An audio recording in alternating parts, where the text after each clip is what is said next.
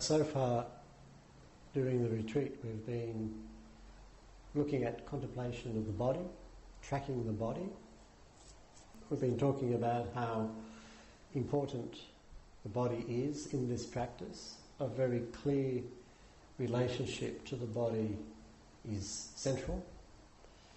The body is important as a meditation object, partly because the body is clear, it's obvious, and partly because the body is always now. So mind can be past, can be future. Mind can draw us away into a separate world, but the body is always in the present.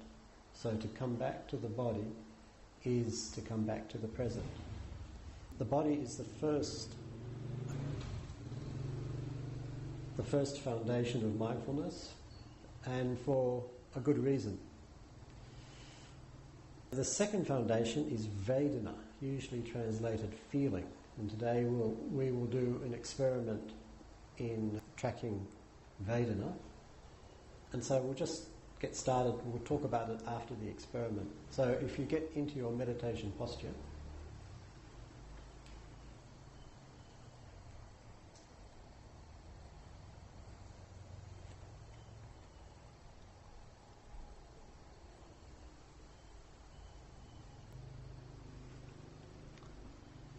settling into the posture, constructing the posture from the ground up, the grip, the lift and the balance.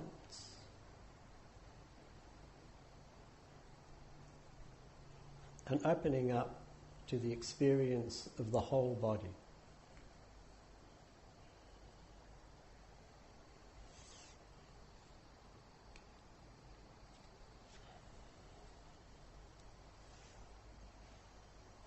Experiencing the whole body.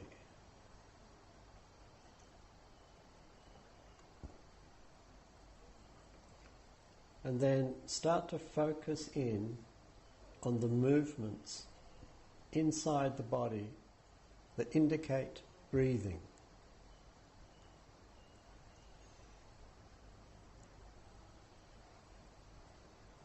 Start to focus in on these movements.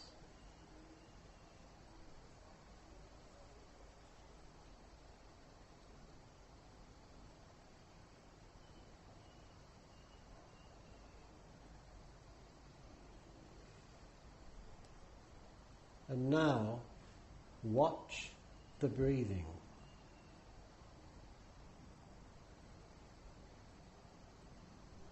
Observe the breathing.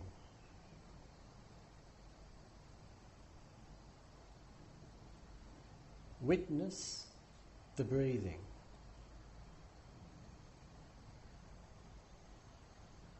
And be alert to this relationship. Watch the breathing.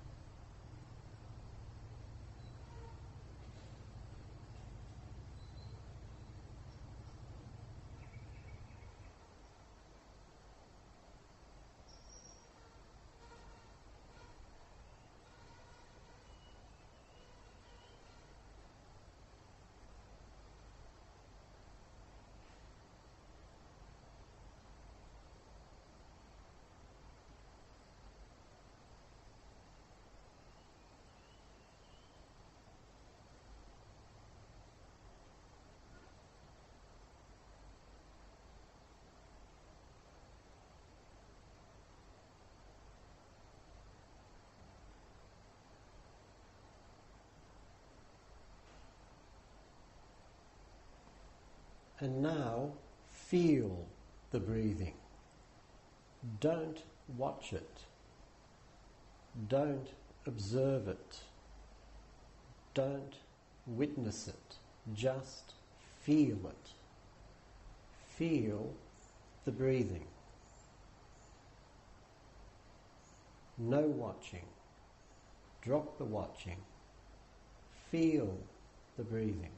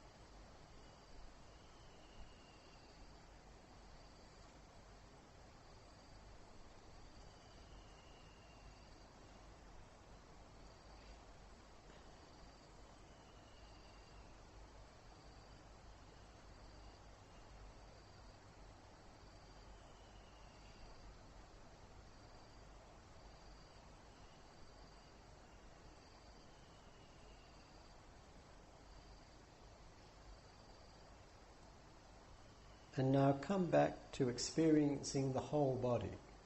Open up to the whole body. And from there, ask yourself, how do I feel now? Ask the question and then allow yourself to become intimate with feeling. You may name it or not. That's not important. What's important is that you feel. How do I feel now?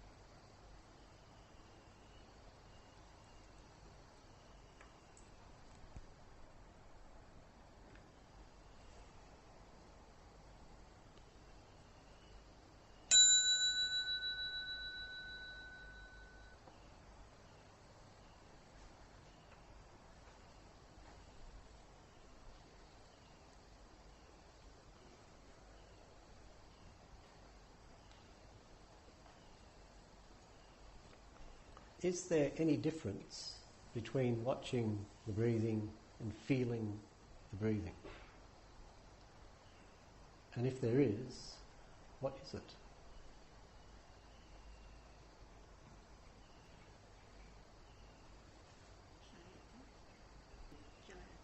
You can.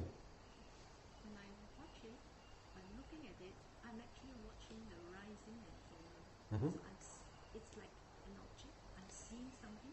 So when you're watching it, you're watching the rising and the falling, you're focused on it, you're seeing it, you're imagining it.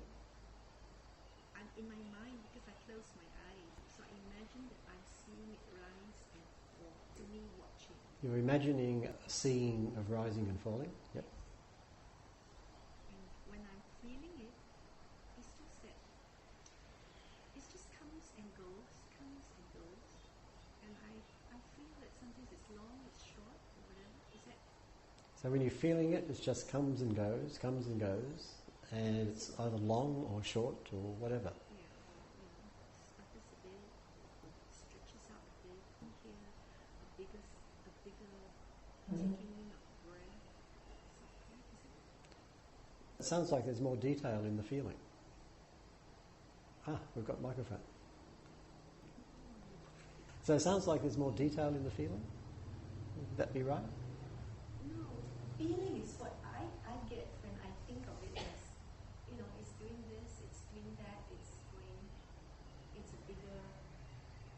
around me, so I can feel it better than just the rising and the falling. So there's more detail, there's more fullness in the feeling. More body. To it, and it's easier to connect with? Depends. I don't really think. Sometimes they seem to come together. Sometimes they're the same.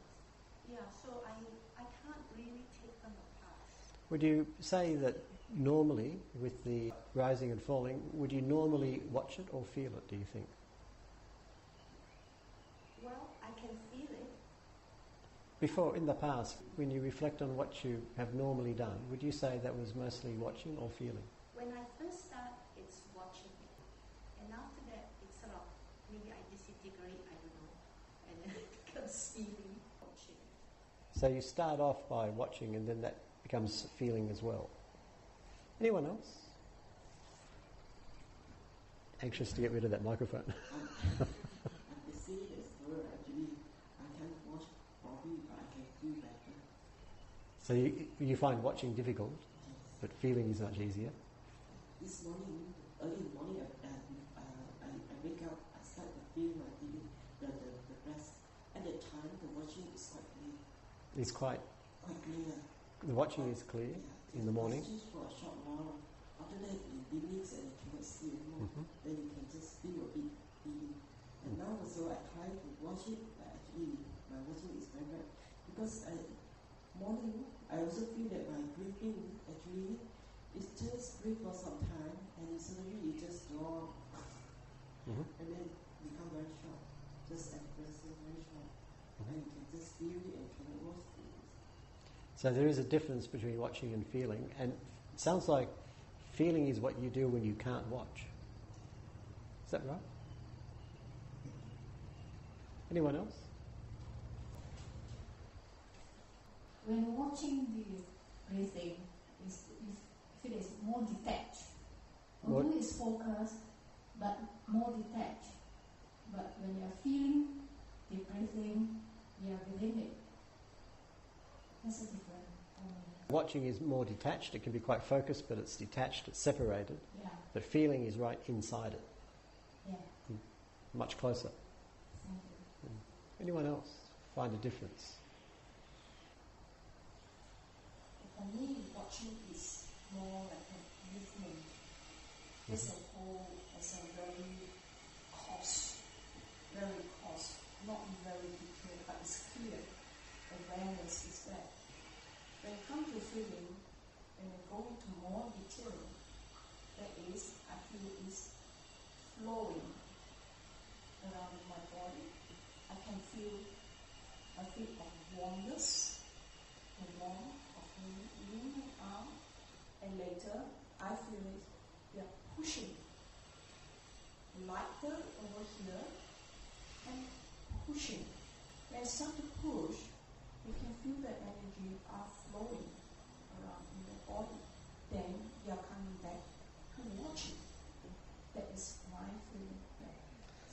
So watching, you have movements which are an experience which is comparatively coarse, you Yes, said. it's a course, like normal, But- like rising and falling. But This is very fast. feeling brings out a lot more A lot more detail materials. and subtlety Yeah, very subtle. and different, Different material.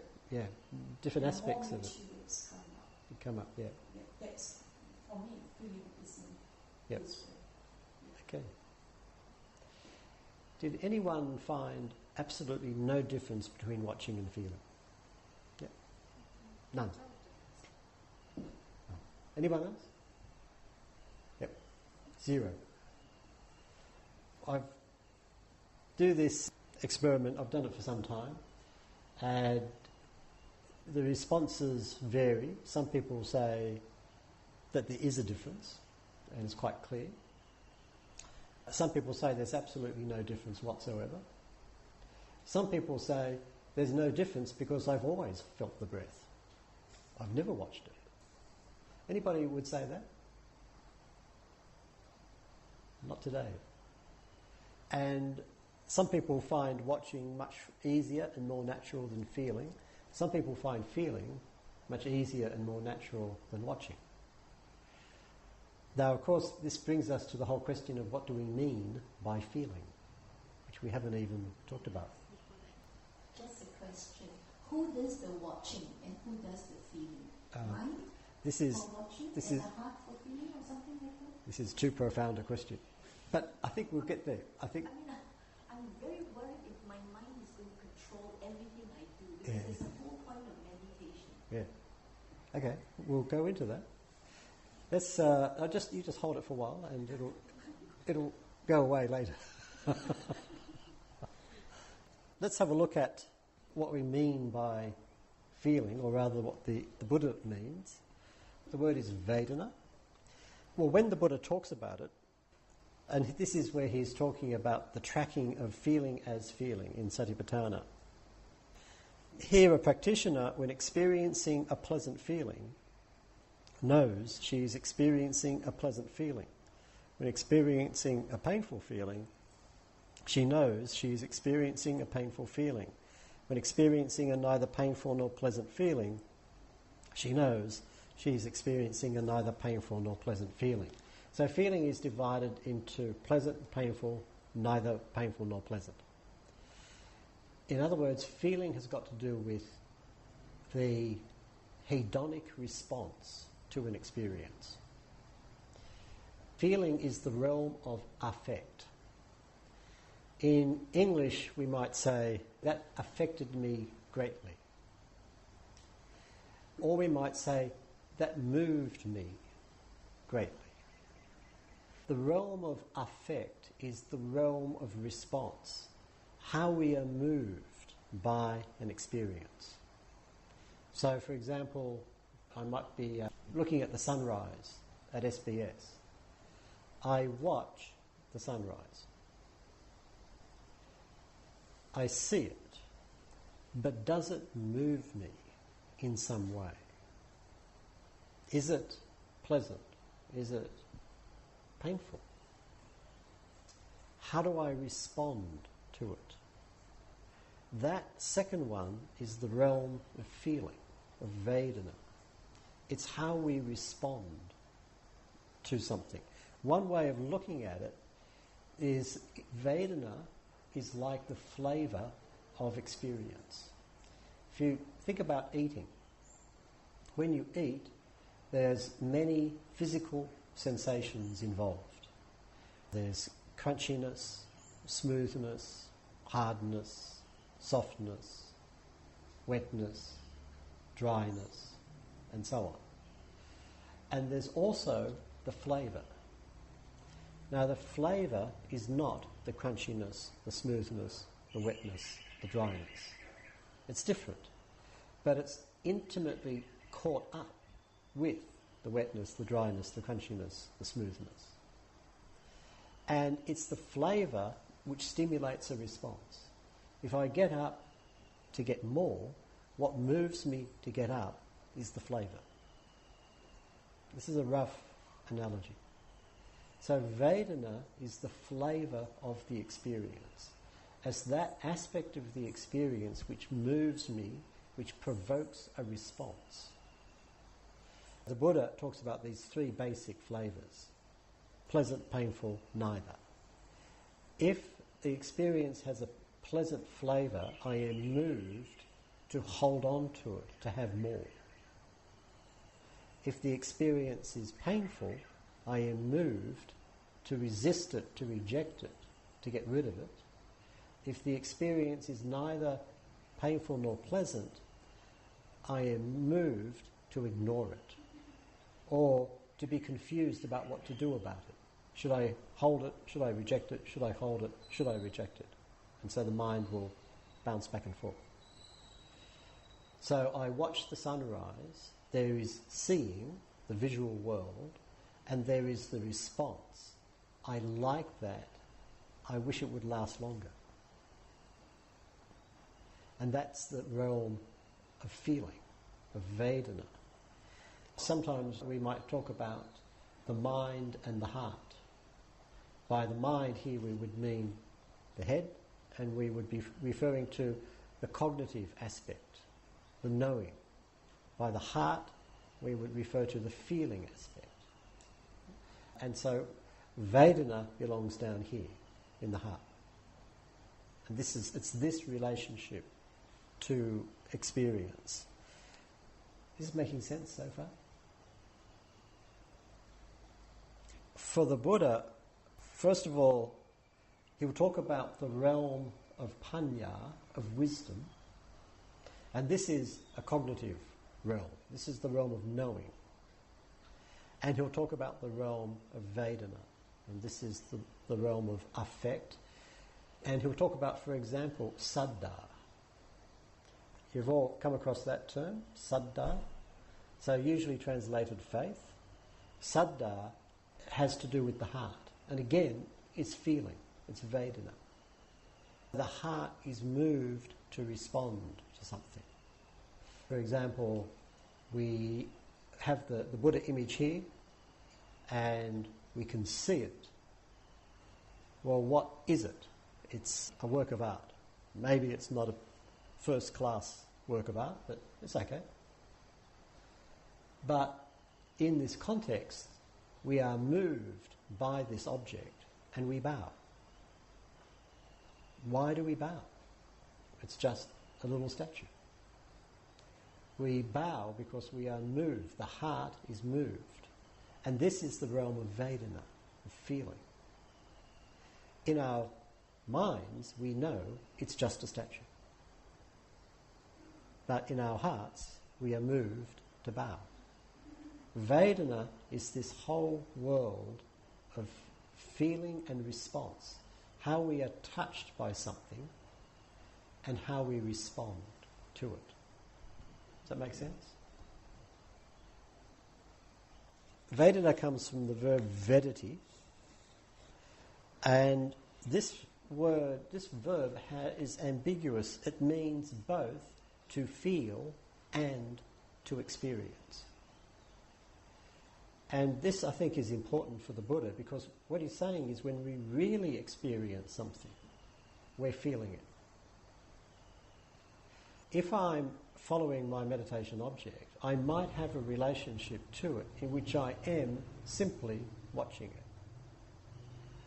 And that has a quality of separation, of detachment to it. And often it has a quality of someone back here who's doing the watching. But as I become more intimate with the experience, it gets closer to feeling it. And that sense of separation from it, that there's someone here who is watching this over there, starts to dissolve. So sometimes the meditation object might be very clear, but we do have this strong sense that there's someone here who's watching it. Sometimes we forget the one who's doing the watching, and there's just a feeling of complete intimacy with the experience, and this is more like feeling it. But we might talk about that a bit later. In English we have the the same kind of ambiguity with the word feeling. So sometimes we use feeling as a noun. My feeling about this retreat is ... So feeling as a something. Or we might use it as a verb. I feel that this retreat is ... That's not a something, it's a way of experiencing. So we have the same ambiguity in English. Feeling can be very hard to track, to pin down. By its very nature, can be difficult to pin down. It's a form of relationship that has a lot to do with the way that we are responding to the experience. Sometimes we bury that sense, that response, when we're with the meditation object. Sometimes if there's a lot of willpower in the meditation, it's just do it, do it, do it, do it. And we don't allow ourselves to feel anything about it. Sometimes the relationship to the meditation is much lighter and there's much more of a feeling sense in there. The feeling may be very painful. There may be a lot of resistance. I don't like this. This is terrible. Or the feeling may be quite pleasant, quite soft. It can be anything at all. Feeling is both very obvious and very difficult to find if we look for it. Last time I was in Burma, I was doing a Abhidhamma course and I was reading some books on meditation. I was interested in how the Burmese wrote about meditation for a Burmese audience. So I was reading about this particular meditation method which is popular around the Mandalay area. And in this meditation method, the primary object is feeling in the body, feeling sensed in the body. Physical Vedana, Kayika Vedana. And the person writing the book was advising new meditators, and he said, don't look for feeling. If you look for it, you won't find it. And what he was getting at was, feeling is to us as obvious as water is to a fish. We are already feeling. There has never been a moment in our lives when we have not been feeling. It's just built into the whole thing. If we decide, okay, now I'm going to make feeling my meditation object, that means I have to find it. So feeling becomes something special, something hidden, and I have to look for it. But it's like me coming into the hall and looking for my glasses, and I can't find them. I'm sure I put them on the table. I'm positive they were there, but they're not there. So I must have put them somewhere else. So I'll look somewhere else, but I can't find them. Well, someone must have taken them. I don't understand why any meditator would take my glasses. But they had to, because they're not in my room, and they're not in here, and where else would they be? So I can't find them. Of course, I can't find them because they're already here. And Vedana is like that. Some people get very frustrated if they start looking for Vedana because they can't find it. And they get very frustrated. And they don't notice that frustration is Vedana. So Vedana is not so much a thing as a relationship. It's usually, in the Mahasi approach, it's presented early in the practice when the body hurts. Ah, that's painful Vedana, that's dukkha Vedana, very good. So there it's kind of obvious, you're being beaten over the head by it, so you can't help but notice it. But it's much more subtle than that. It's like an ocean that we go into. Some people find it very useful because they find that they discover that they naturally relate to experience in terms of feeling. Often the meditation instructions use the idea of watching or witnessing. So watch the meditation object. But some people find it much more natural to feel it. They don't respond to the idea of watching. Other people do. They're quite happy to watch. It just depends on what works for you. When the Buddha is using language that basically refers to cultivating wisdom, he will use words like watching. So vipassana. Passana is seeing, watching. And at other times he'll use language built around Vedana, feeling. And this is particularly anything to do with saddha, which we can translate as faith. So you've got two ways of relating to experience. Some people are more inclined to one than to the other. It's good to work out which one you're most inclined towards. If you're naturally into feeling the experience, then just feel it. If you're naturally inclined to watching it, then watch it. It can be useful. Well, certainly I've found my inclination was always to watch the meditation experience, and then I started deliberately to start to feel it, and I found that very useful. And my whole relationship to experience has shifted more into the feeling realm than the watching realm. Play with it. See if it means anything to you. Some people, as I said, find no difference whatsoever between the two. And I suspect, well, there are various possible reasons, and one is that they are already feeling. So it's like nothing special. Why are you making something special out of something which isn't special? What about the second one? How am I feeling now? What happened there? Anybody find something? I felt more open and more supporting energy there. Before that, felt a bit lonely. Yeah, when opens up, it felt open and supporting energy strong. So that question stimulated a change in the feeling state. Very interesting. Yeah. Another experiment you might try is not watching the meditation object, not feeling the meditation object, but touching it. Try that one. You can try it on your own. See if it makes a difference. Another reason for doing this experiment is we're playing around with language. It's amazing how if you put something in a different way, people will experience in a different way. And what that shows us is that these experiences that we're working with are very subtle and easily changed by our concepts of them. This is what we were talking about yesterday with the breathing. So the way that we think about what we are doing affects what we are doing, the experience of doing it. So it's interesting to keep track of that and to use concepts that help us.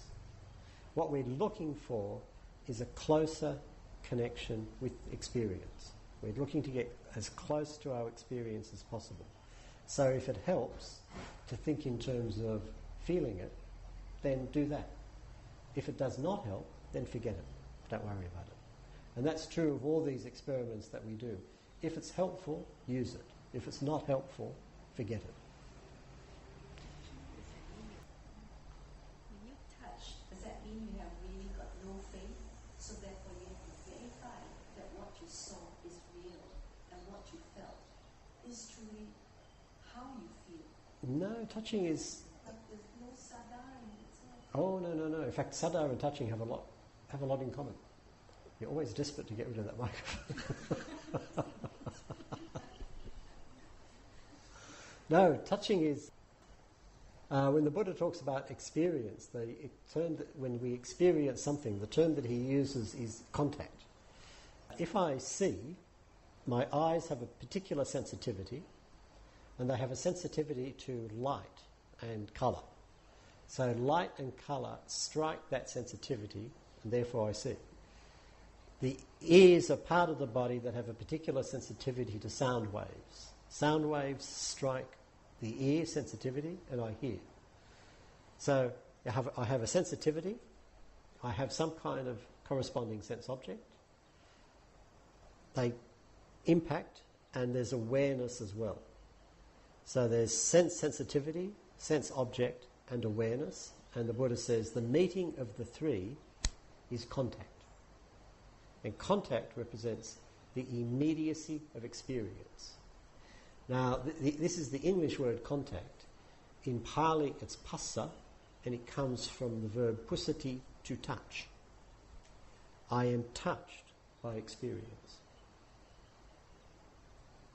You might try touching the meditation object. It's like the impact of the meditation object on the sensitivity.